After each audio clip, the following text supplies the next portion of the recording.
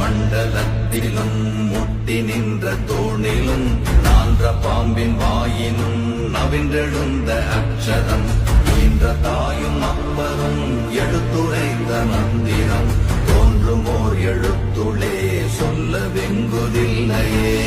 நமச்சிவாய நமச்சிவாய அஞ்செழுத்தும் நிற்குமே நிலைகளும் நமச்சிவாய மஞ்சு தஞ்சும் புரணமான மாய்கையை நமச்சிவாய அஞ்செழுத்தும் நம்முள்ளே இருக்கவே நமச்சிவாய உண்மையை நன்குரை செய்தானே.